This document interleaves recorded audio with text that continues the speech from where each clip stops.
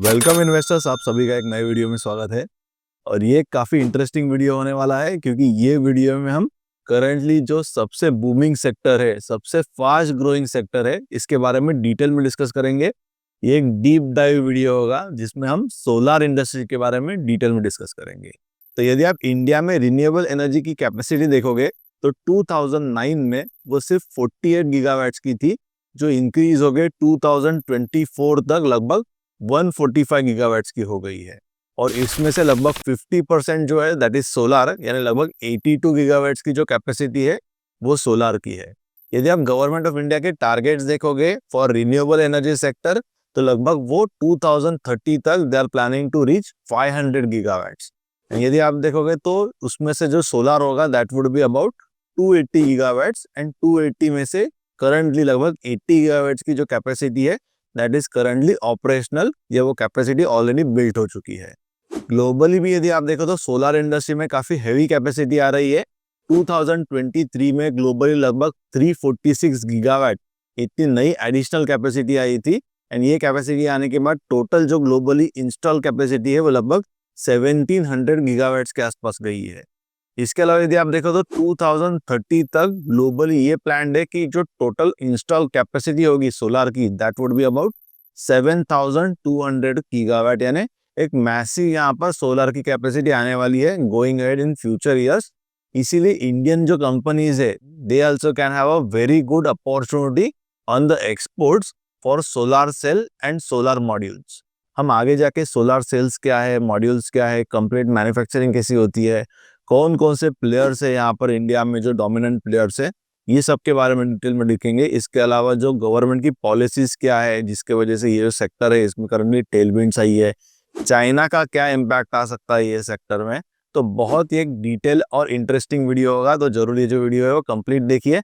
And अब तक यदि आपने वैल्यू एजुकेटर चैनल को सब्सक्राइब नहीं किया होगा तो जरूर से सब्सक्राइब भी कर लीजिए एंड बेल आइकन पे क्लिक कीजिए ताकि ऐसे जो वीडियोस है वो आपको आगे जाके मिलते रहे।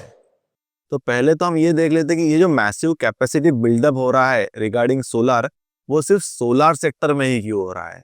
एंड इसका आंसर बहुत ही सिंपल है, because today on earth the cheapest form of energy is only solar. यदि आप सोलार एनर्जी को कंपेयर करेंगे बाकी जो अलग अलग फॉर्म्स ऑफ एनर्जीज है, जैसे कि हाइड्रो है या थर्मल है, न्यूक्लियर है या इवन विंड एनर्जी है, इसमें से सबसे चीपेस्ट एंड सबसे इजीली जो स्केलेबल एनर्जी है या जिसको इम्प्लीमेंट कर सकते हैं वो सोलार ही है।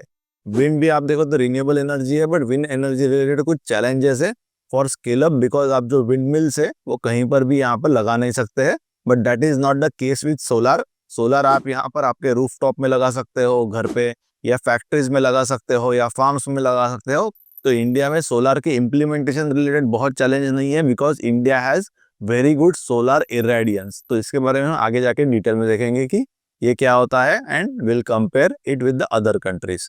तो यदि हम यहाँ पर देखेंगे तो लास्ट 5 इयर्स में जो थर्मल बेस्ड कैपेसिटी एडिशन हुआ है उसका जो CAGR है वो सिर्फ 2.9% का है। बट यही हम कंपेयर करेंगे इंडिया में with respect to solar capacity addition, वो लगभग उसका जो CAGR है वो 10% का है। यानी compare to thermal solar energy prefer किया जा रहा है because of its cheap cost and its availability as well as installation cost काफी कम है, मेंटेनेंस कॉस्ट भी कम है। आगे जाके again will discuss about this point specifically. But CAGR से हमें दिख रहा है कि मेजरली जो नई कैपेसिटी एडिशन हो रही है वो सोलार या सेक्टर में हो रही है compare to any other form of energy source. अभी हम सोलार जो इंडस्ट्री है उसकी कंप्लीट एक वैल्यू चेन देख लेते हैं। तो यदि आप ये वैल्यू चेन देखोगे तो इसमें 3 मेजर कंपोनेंट्स है। First is upstream, then midstream and third is downstream.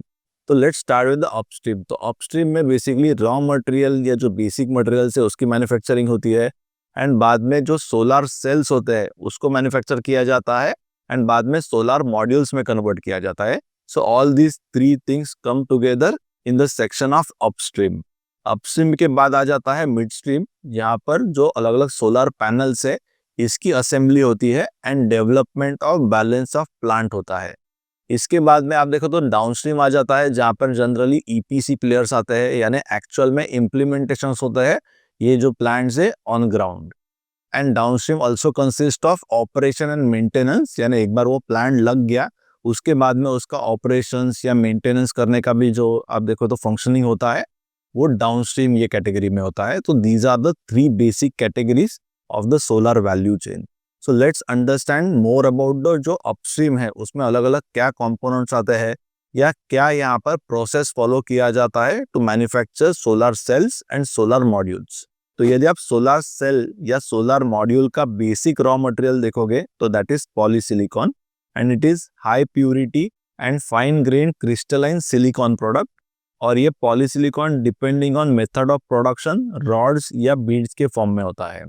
उसके बाद में इंगोट्स आ जाते हैं। तो इंगोट्स बेसिकली आप देखोगे तो it involves extracting, purifying, refining of silicon into high purity monocrystalline ingots.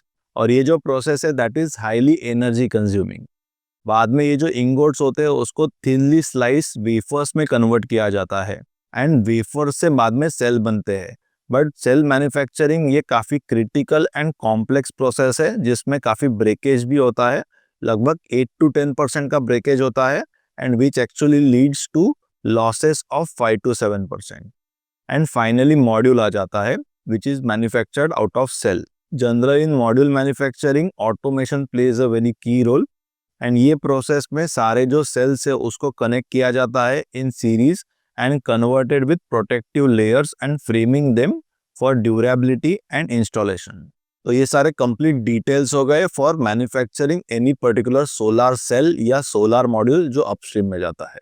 इसके बाद में लेट्स डिस्कस मोर अबाउट कि ये जो सोलर इंडस्ट्री है या मैन्युफैक्चरिंग जो होता है सेल्स या मॉड्यूल्स का, इसमें जो टेक्नोलॉजी आती है that is very very rapidly changing. यदि आप यही चार्ट में देखोगे तो पहले जो टेक्नोलॉजी यूज होता था वो पॉलीक्रिस्टलाइन बेस्ड जो मॉड्यूल्स होते थे या सेल्स होते थे, जो 2015 में टोटल मार्केट साइज का लगभग 74% था, which has decline in 2021 to only 11%।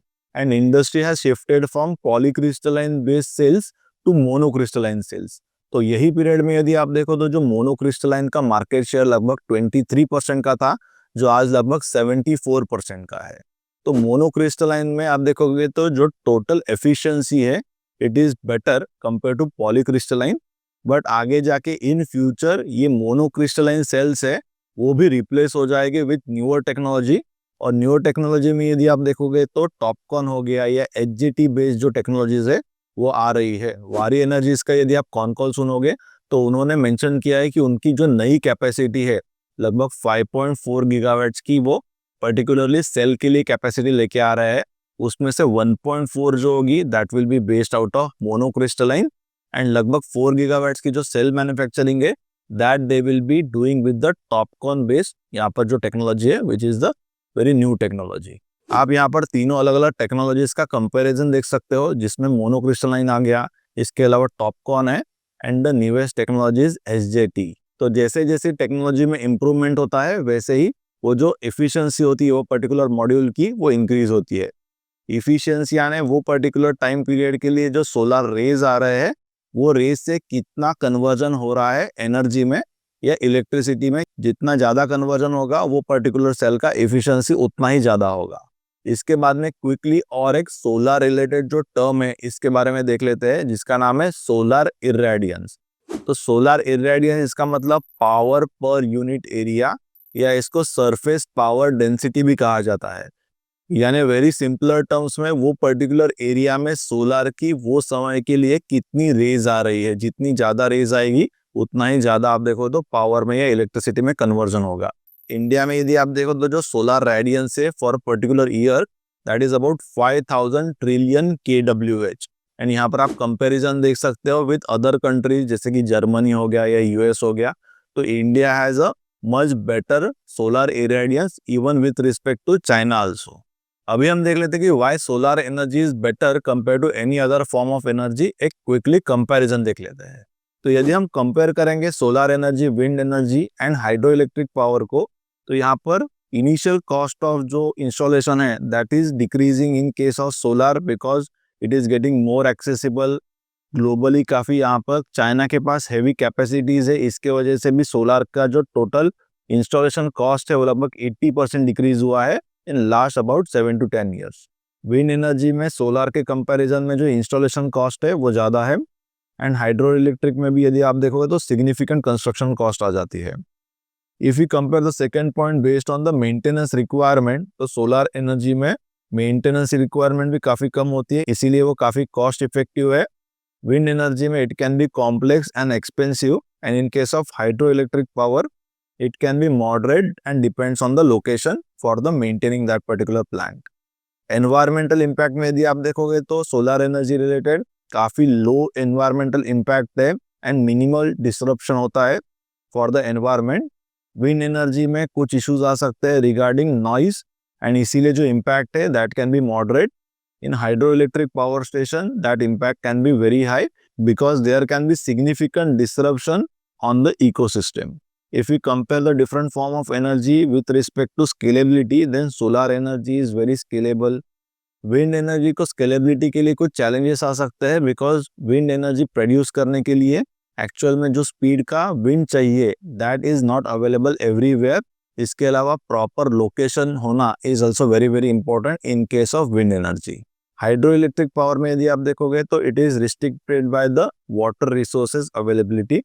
तो ये कंपैरिजन का कंक्लूजन इज दैट जो सोलर एनर्जी है which is again a cheapest form of energy, installation के लिए भी यहाँ पे वो काफ़ी सस्ती है, एनवायरमेंटल डैमेज भी बहुत ज़्यादा नहीं है compare to any other form of energy, and यहाँ पे वो काफ़ी स्केलेबल भी है। इसके बाद में अलग अलग फॉर्म्स ऑफ जो एनर्जीज है उसके टैरिफ्स का कंपैरिजन कर लेंगे। जैसे कि आप यहाँ पर ये चार्ट में देखोगे तो over the period of time अलग अलग जो एनर्जीज है उसका जो टैरिफ है उसको कंपेयर किया है। तो यदि आप देखो तो सोलर की जो टैरिफ पर किलोवाट आवर के लिए 6.47 रुपीज़ लगते थे 2014 में, तो आज वो रिड्यूस होकर 2023 में 2.9 रुपीज़ हो गया है पर किलोवाट आवर के लिए। और इसके कंपैरिजन में जो थर्मल का रेट है that has actually increase from 3.3 rupees per kilowatt hour to currently about 4 rupees. तो यहाँ पर ये जो रिडक्शन हुआ है पर यूनिट के रेट में उसके बेसिकली 3-4 रीज़न है। फर्स्ट रीजन इज गवर्नमेंट यहाँ पर सोलर इंडस्ट्री को या सोलर सेक्टर को काफ़ी हेविली सपोर्ट कर रही है। आगे जाके गवर्नमेंट के क्या क्या अलग अलग स्कीम्स है इसके बारे में डिटेल में डिस्कस करेंगे। So first thing is because of government support. इसके अलावा सोलर इंडस्ट्री में काफ़ी हैवी कंपटीशन भी है।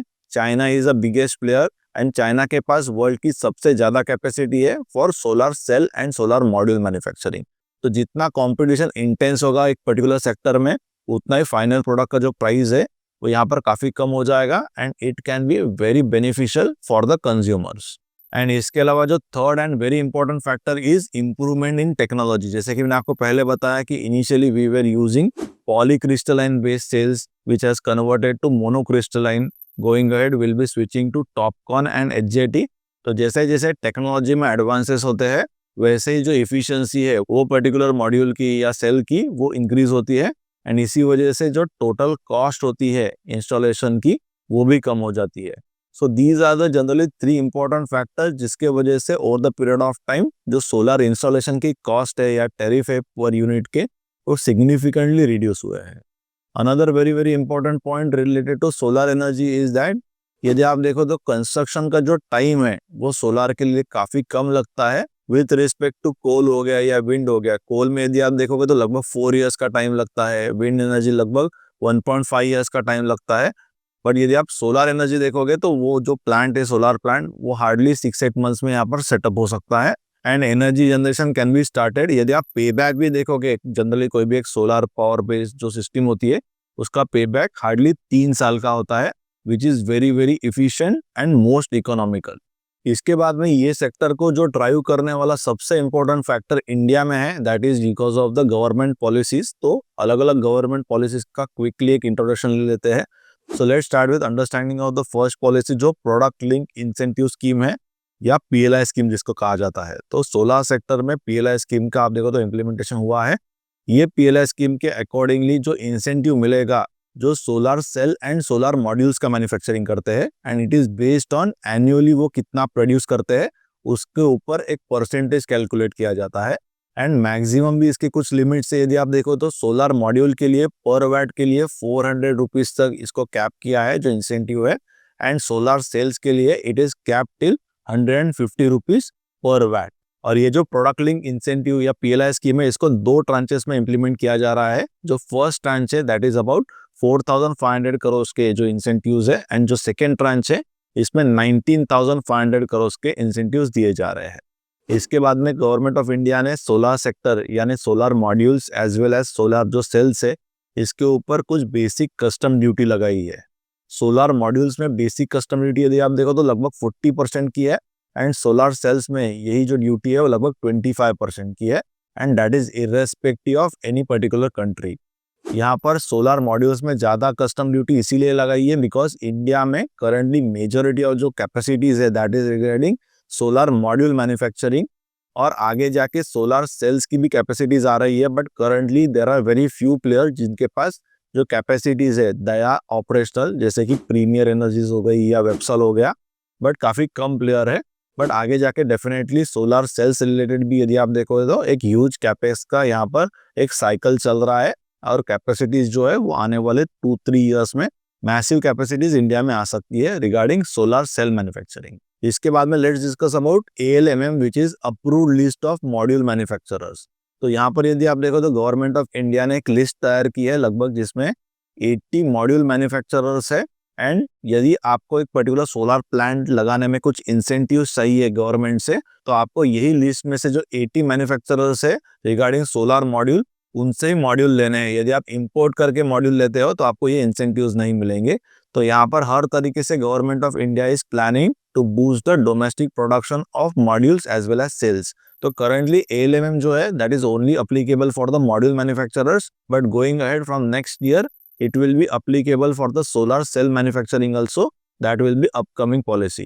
इसके बाद में नेक्स्ट पॉलिसी के बारे में डिस्कस करेंगे जो PM कुसुम यहाँ पर पॉलिसी है, जिसमें 3 अलग अलग कंपोनेंट्स है ABC। तो फर्स्ट जो कंपोनेंट है इसमें यदि आप देखोगे तो फार्मर ने सपोज एक पर्टिकुलर कोई लैंड पे जो फर्टाइल लैंड है, वो बैरन या मार्शी भी हो सकता है जो पर्टिकुलर एक फार्मर का है, तो ऐसे लैंड पे सपोज कोई एक डेवलपर या CPSU यहाँ पर सोलर जो पैनल है या सोलर कंप्लीट जो यहाँ पर सिस्टम है वो लगाती है, तो इसमें वो पर्टिकुलर फार्मर को पर एकड़ लगभग 25,000 रुपीज मिलेंगे पर ईयर के लिए।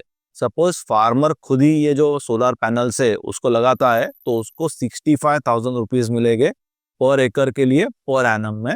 ये पर्टिकुलरली फर्स्ट पार्ट है PM कुसुम योजना का। इसका जो सेकेंड या B कंपोनेंट है, इसमें government is trying to replace the diesel based जो पंप्स होते हैं एग्री रिलेटेड इरिगेशन के pumps, that they wanted to convert into solar based pumps. तो यहाँ पर जो एम रखा है गवर्नमेंट ऑफ इंडिया ने that is to replace 20 lakh pumps, और पर पंप जो फार्मर का सेविंग होगा पर ईयर के लिए that is up to 50,000 rupees. Suppose जो वो पंप का कैपेसिटी है that is up to 5 HP।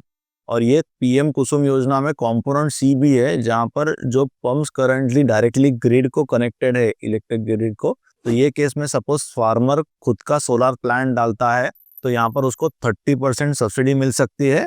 With that they also can run their own irrigation based जो पंप्स रहते हैं, एंड एक्सेस जो यहाँ पर एनर्जी जनरेट होगा that also can be bought by the different जो डिस्काउंट्स होते हैं, ये खरीद के फार्मर को उससे भी एक एडिशनल इनकम जनरेट हो सकता है। तो अब तक हमने गवर्नमेंट के काफी अलग अलग स्कीम्स के बारे में डिस्कस किया, बट इसके अलावा भी government of India is focusing on many other schemes related to solar sector, because उनको बूस्ट करना है ये पर्टिकुलर सेक्टर को। तो उसमें सोलर रूफटॉप स्कीम है, या सोलर पार्क से CPSU रिलेटेड एक स्कीम है, या इसके अलावा PM सूर्य घर मुफ्त बिजली योजना, ऐसे बहुत सारे अलग अलग जो स्कीम्स है वो गवर्नमेंट ऑफ इंडिया इम्प्लीमेंट कर रही है to boost this particular sector. अभी हम ग्लोबल बेसिस पे सोलर इंडस्ट्री के कुछ डायनामिक्स देख लेते हैं। तो यदि आप देखो तो China is a very very dominant player in this particular industry. China ने लास्ट 10 सालों में लगभग $50 बिलियन का इन्वेस्टमेंट किया है in different modules and cell manufacturing, and that is almost 10 times higher compare to Europe. यदि आप देखो तो चाइना में पॉलीसिलिकॉन इंगोट्स या सेल्स या मॉड्यूल्स, इसका लगभग 80% कैपेसिटी है कंपेयर टू ओवरऑल वर्ल्ड। यदि हम चाइना में सिर्फ सोलर मॉड्यूल की कैपेसिटी देखेंगे तो वो लगभग 861 गीगावाट्स की है, एंड यदि हम ग्लोबली देखेंगे कितना इम्प्लीमेंटेशन हुआ है रिलेटेड टू सोलर, तो वो सिर्फ 390 गीगावाट्स का है। यानी जो सोलार सिस्टम का करंटली ग्लोबली इम्प्लीमेंटेशन हुआ है उसका more than double capacity already available है चाइना के पास। तो यहाँ पर already highly over supply situation create हुई है for particularly solar modules in China. इसका जो इम्पैक्ट है वो लॉन्ग टर्म में अलग अलग कंट्रीज में आ सकता है।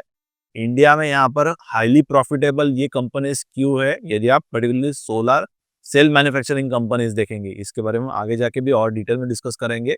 बट करंटली जो गवर्नमेंट पॉलिसीज है that are very much in favour of this different manufacturers in India. जैसे कि प्रीमियर एनर्जीज हो गया, they are into cell manufacturing as well as module manufacturing. जैसे कि आप वेबसॉल जैसी कंपनीज का प्रॉफिटेबिलिटी देखोगे लास्ट 2 क्वार्टर्स का लगभग 40% के ऑपरेटिंग मार्जिन है। एंड इसका मेजर रीजन यही है कि this sector is currently highly protected by government of India. So coming back to the China point, China की जो प्राइजेस है वो लगभग 10% चीपर है कंपेयर टू इंडिया, 20% चीपर है कंपेयर टू यूएस एंड लगभग 35% चीपर है compare to Europe. But recently जो प्राइजेस का फॉल हुआ था 2023 में, इसके बाद जो चाइना की कुछ प्लेयर्स की प्राइजेस अभी 60% लोअर कंपेयर टू जो मैन्युफैक्चरिंग होता है यूएस में। And this is because Chinese जो प्लेयर्स है they just wanted to take higher and higher market share and इसी वजह से वो एक्चुअल में खुद लॉस मेकिंग है। चाइना के कंपैरिजन में यदि आप इंडिया में सोलार मॉड्यूल मैन्युफैक्चरिंग की कैपेसिटी देखेंगे तो वो भी काफी रैपिडली यहाँ पे स्केल अप हुई है। 2017 में इंडिया में सिर्फ 4 गीगावाट्स की कैपेसिटी थी फॉर सोलार मॉड्यूल मैन्युफैक्चरिंग, जो करंटली लगभग 60 गीगावाट्स की हो गई है। यानी लगभग लास्ट फ्यू इयर्स में ये जो कैपेसिटी है वो 15 टाइम्स इंक्रीज हुई है। एंड करंटली यदि आप देखो तो India is third largest country globally in solar module manufacturing after China and Vietnam. अभी हम सोलार मॉड्यूल्स का जो एक्सपोर्ट्स हो रहा है इंडिया से, इसके बारे में कुछ डिटेल्स देखते हैं। यदि आप देखो तो सोलार मॉड्यूल्स में मेजरली जो एक्सपोर्ट्स हो रहा है इंडिया से that is going to US. And मुझे लगता है कि चाइना प्लस वन जो स्ट्रेटजी है इसका ये एक पॉजिटिव इम्पैक्ट आया है। Basically different countries are looking for some alternative sources for solar modules apart from China। यदि हम फर्स्ट हाफ ऑफ 2024 के फाइनेंशियल ईयर्स के सोलार मॉड्यूल्स के एक्सपोर्ट देखेंगे तो लगभग वो 8,400 करोड़ के थे। With respect to last year same half यहाँ पर सिर्फ 1,400 करोड़ के एक्सपोर्ट्स हुए थे। यानी यहाँ पर मल्टीफोल्ड इंक्रीज हो रहा है इन exports because of this China plus one strategy, या एक ग्लोबल सेंटीमेंट थोड़ा चेंज हो रहा है based on anti China. India जो अलग अलग सोलार मॉड्यूल्स का यूएस में एक्सपोर्ट कर रहा है वो लगभग करंटली $1,000 मिलियन का है। इसके कंपैरिजन में यदि आप बाकी कंट्रीज के भी यहाँ पर डिटेल्स देख सकते हो which is currently very very minuscule, जिसमें अफ्रीका आ जाता है या यूएई है या अफगानिस्तान है। इसके बाद में वीडियो के सबसे इंपॉर्टेंट पार्ट में आते हैं जहाँ पर will be discussing about India में कौन कौन से मैन्युफैक्चरर्स है for solar cells as well as solar modules and currently उनकी क्या कैपेसिटी है and going ahead in future वो क्या कैपेसिटी एडिशन करने वाले हैं। तो यदि हम सोलार सेल्स के लिए देखेंगे तो बहुत ज़्यादा यहाँ पर करंटली प्लेयर्स नहीं है। प्रीमियर एनर्जी के पास लगभग 2 गीगावाट का कैपेसिटी है जो वो इंक्रीज करके 8 गीगावाट करने वाले हैं गोइंग अहेड। एंड वेबसॉल के पास करंटली लगभग 600 मेगावाट्स का कैपेसिटी है जो आगे जाके लगभग 1800 मेगावाट्स का होने वाला है। तो वेबसॉल के यहाँ पर आप मार्जिन भी देख सकते हो। लास्ट 2 क्वार्टर्स के ऑपरेटिंग मार्जिन जो है वो लगभग 40% के है। इसका मतलब जो सोलार सेल्स में मार्जिन है which is very very high compare to any solar module manufacturers. Solar module manufacturing में यदि आप वारी एनर्जीज का देखोगे करंटली उनका सिर्फ सोलार मॉड्यूल्स ही आता है। सोलार सेल का मैन्युफैक्चरिंग जो है वो आगे जाके आने वाला है, इसके हम डिटेल्स देखेंगे। बट उनकी यदि आप मार्जिन देखोगे तो लगभग 12-13% के एबिटा मार्जिन है उनके, which is very low compared to cell manufacturers। इसके बाद में let's understand more about solar module manufacturers in India. इसमें वारी एनर्जीज के पास करंटली लगभग 13 गीगावाट्स का कैपेसिटी है और वो यूएस में एक 1.6 गीगावाट्स का नया कैपेसिटी ऐड कर रहे हैं। इसके अलावा ओडिशा में एक इंटीग्रेटेड कैपेसिटी आ रहा है लगभग 6 गीगावाट्स का।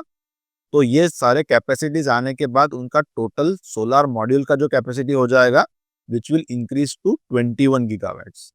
इसके बाद में अदानी सोलर के पास लगभग 4 गीगावाट्स का कैपेसिटी है। रेन्यू पावर करके है उसके पास 4 गीगावाट्स का कैपेसिटी है। विक्रम सोलर के पास लगभग करंटली 3.5 गीगावाट्स का कैपेसिटी है and they are adding more 6.5 gigawatts of capacity. Premier energies के पास सोलर सेल के अलावा सोलर मॉड्यूल का भी मैन्युफैक्चरिंग कैपेसिटी है जो करंटली 4 गीगावाट्स का है, जिसमें वो एडिशनल 2 गीगावाट्स और डाल रहे हैं। सोलेक्स एनर्जीज के पास भी करंटली मॉड्यूल मैन्युफैक्चरिंग कैपेसिटी है जो 1.5 गीगावाट्स का है, जो इंक्रीज होके आगे जाके जिसमें वो 2.5 गीगावाट्स और ऐड करके टोटल जो कैपेसिटी हो जाएगा वो 4.5 गीगावाट्स का हो जाएगा। तो मुझे लगता है कि सोलार का जो कंप्लीट इंडस्ट्री है वो इंडिया में भी एक बहुत इंटरेस्टिंग फेज में है, जहां पर company has started initially with solar module manufacturing. इसके अलावा बहुत सारे ईपीसी की भी प्लेयर्स है, जैसे कि SW solar is the biggest player. इसके अलावा वारी रिन्यूएबल टेक्नोलॉजीज है, बहुत सारे ईपीसी प्लेयर्स है। बट मोर इंटरेस्टिंगली मुझे लगता है कि आगे जाके जो कैपेसिटी आने वाला है इंडिया में, that will be more focused towards solar cell manufacturing, because solar cells में करंटली यहाँ पर बहुत अच्छे मार्जिन, जैसे कि हमने वेबसॉल के फाइनेंशियल्स देखे, उसमें उनके करंटली 40% के ऑपरेटिंग मार्जिन से। डेफिनेटली ये ऑपरेटिंग मार्जिन सस्टेनेबल नहीं है। करंटली इतने ज्यादा मार्जिन हमें दिख रहे हैं बिकॉज बहुत ज्यादा कंपटीशन नहीं है एंड गवर्नमेंट पॉलिसीज ने ये सेक्टर जो है उसको प्रोटेक्ट किया है। बट आगे जाके जैसे जैसे नई कैपेसिटीज आएगी, जैसे वारी की आ रही है, टाटा की आ रही है, बहुत सारे अलग अलग players solar cell related capacity लेके आ रहे हैं, तो ये जो मार्जिन है वो गोइंग अहेड यहाँ से डिप्रेस ही होने वाले हैं। वारी एनर्जीज का यदि आप देखो तो लगभग 5.4 गीगावाट्स का कैपेसिटी जो है वो चिकली में आ रहा है। इसमें से 1.4 गीगावाट जो होगा वो बेसिकली मोनोक्रिस्टलाइन टेक्नोलॉजी से होगा, एंड 4 गीगावाट जो है वो टॉपकॉन बेस्ड जो टेक्नोलॉजी है इससे आने वाली है। और ये जो 5.4 गीगावाट्स की टोटल कैपेसिटी है या फैसिलिटी है, that will B operationalised till March of 2025। Finally अभी हम ये सेक्टर के रिस्क देख लेते हैं। तो ये सेक्टर में सबसे बड़ा रिस्क मुझे लगता है कि गवर्नमेंट का है। It is a highly regulated sector and regulation can be double edge sword. वो आपके फेवर में भी जा सकता है या आपके अगेंस्ट में भी जा सकता है। Currently government is protecting this sector, but suppose आगे जाके गवर्नमेंट पॉलिसीज में कुछ चेंजेस होते हैं, तो आपको पता है कि चाइना में बहुत ह्यूज ओवर कैपेसिटीज हैं। चाइना सपोज डंपिंग शुरू करता है, देन डेफिनेटली यहाँ पर जो अलग अलग प्लेयर्स है इंडिया के, उनके फाइनेंशियल्स में बहुत यहाँ पर इम्पैक्ट आ सकता है, हैवी इम्पैक्ट आ सकता है। तो first thing is highly regulated sector, second thing is China के पास ओवर कैपेसिटीज है, एंड इसके अलावा third and very very important factor in risk is that जो टेक्नोलॉजी है that is ever evolving, and काफी शॉर्ट पीरियड में ये जो टेक्नोलॉजी है उसमें चेंजेस हो रहे हैं। जैसे कि मैंने आपको पहले बताया कि जो पॉलीक्रिस्टलाइन बेस्ड टेक्नोलॉजी थी टू मैन्युफैक्चर सोलर सेल्स, इसका मार्केट शेयर लगभग 70% से भी ज्यादा था इन 2015। बट करंटली जो मार्केट शेयर है that is hardly only 11%, because जो कंप्लीट इंडस्ट्री है that has shifted from polycrystalline to monocrystalline. And currently monocrystalline का जो मार्केट शेयर है वो लगभग 80% से ज्यादा है, जो एक टाइम पे 2015 में सिर्फ 11% का था। तो change of the technology can impact this industry very significantly. जो प्लेयर्स के पास स्ट्रॉन्ग बैलेंस शीट्स है, यानी डेट नहीं है, एक स्ट्रॉन्ग कैश फ्लो है, या कैश काफी अवेलेबल है, या आगे जाके वो फंड रेज कर सकते हैं, ऐसे कंपनीज को यहाँ पर चैलेंज नहीं आएगा। They can shift from one technology to another technology and do some capex into it. But जो वीकर प्लेयर्स है, जिनका बैलेंस शीट बहुत खराब है, बहुत ज्यादा डेट है, they can not raise further capital going ahead. तो ये जो प्लेयर्स हो गए या वीकर प्लेयर्स हो गए, they will go out of the system. तो ये भी एक बड़ा रिस्क है इन सोलर सेक्टर। तो ये सोलर सेक्टर का एक डिटेल वीडियो था, एक डीप डाइव वीडियो था, जिसमें हमने बहुत सारे अलग अलग एस्पेक्ट्स को कवर किया। इसमें हमने देखा कि गवर्नमेंट की कौन कौन सी अलग अलग स्कीम्स है, टेक्नोलॉजी में यहाँ पर क्या क्या चेंजेस हो रहे हैं, इंडिया में कौन कौन से अलग अलग प्लेयर्स है जिनके पास करंटली सोलर मॉड्यूल्स की क्या कैपेसिटी है, आगे जाके वो क्या कैपेसिटी एडिशन कर रहे हैं सोलर मॉड्यूल्स में भी, सोलर सेल्स में भी। ग्लोबली हम एक इंडस्ट्री का आउटलुक देखा कि चाइना में यहाँ पर कितना कैपेसिटी है, एंड चाइना के क्या रेट से compare to any other geography. And finally we have also discuss about the risk. तो ये काफी कॉम्प्रहेंसिव एंड डिटेल वीडियो था, तो जरूर से लाइक कर दीजिए, मेरे चैनल को सब्सक्राइब कीजिए एंड बेल आइकन पे क्लिक कीजिए, ताकि ऐसे जो वीडियोस है वो आपको आगे जाके भी मिलते रहे। और ऐसे अलग अलग जो अपकमिंग सेक्टर्स है या जो अपकमिंग कंपनीज है, इनको हम डिटेल में अंडरस्टैंड करते हैं। And all this detail reports are shared with my microcap club members, जिसमें हमने मोर देन 80 रिपोर्ट्स लिखी है। इसके अलावा हम अलग अलग मैनेजमेंट्स को भी होस्ट करते हैं हमारे प्लेटफॉर्म पे। लगभग मोर देन 40 मैनेजमेंट्स को अब तक हमने होस्ट किया, और ये जो सारे इंटरव्यूज है वो रिकॉर्डेड है, जो माइक्रोकैप क्लब मेंबर्स देख सकते हैं, जिससे वो पर्टिकुलर कंपनी के बारे में काफी एक इन डेप्थ इंसाइट्स मिल जाती है। So all this content and reports and everything is accessible to Microcap Club members. तो यदि आपने माइक्रोकैप क्लब को अब तक ज्वाइन नहीं किया होगा तो जरूर आप उसे ज्वाइन कर सकते हो। इसकी जो लिंक है आपको नीचे डिस्क्रिप्शन में मिल जाएगी। डेफिनेटली आप ये जो डिटेल्स है वो चेक कर सकते हो। Microcap club can be a very good research platform for you. Microcap club कोई भी एक एडवाइजरी या रिसर्च रिकमेंडेशन सर्विस नहीं है। हम यहाँ पर सिर्फ आपको टूल्स देते हैं and then you can actually take your own decisions. We don't give any advice or any tips or any recommendations in microcap club. तो यदि आपने अब तक माइक्रोकैप क्लब को ज्वाइन नहीं किया होगा तो इसकी जो लिंक है आपको नीचे डिस्क्रिप्शन में मिल जाएगी। वेबसाइट पे आप सारे डिटेल्स चेक कर सकते हो। यदि आपको वीडियो अच्छा लगा होगा तो जरूर इसे लाइक कर दीजिए, मेरे चैनल को सब्सक्राइब कीजिए एंड बेल आइकन पे क्लिक कीजिए ताकि ऐसे जो वीडियोस है वो आपको आगे जाके भी मिलते रहे। और ऐसे ही डिटेल वीडियोस में जो है वो हर सैटरडे को 11 ओ क्लॉक को पोस्ट करता हूँ। तो ऐसे ही एक डिटेल वीडियो के साथ हम मिलेंगे नेक्स्ट सैटरडे को 11 ओ क्लॉक को। तब तक मेरे जो बाकी वीडियोस है जरूर आप देखते रहिए एंड आपके फ्रेंड्स एंड फैमिली के साथ जरूर इसको शेयर कीजिए।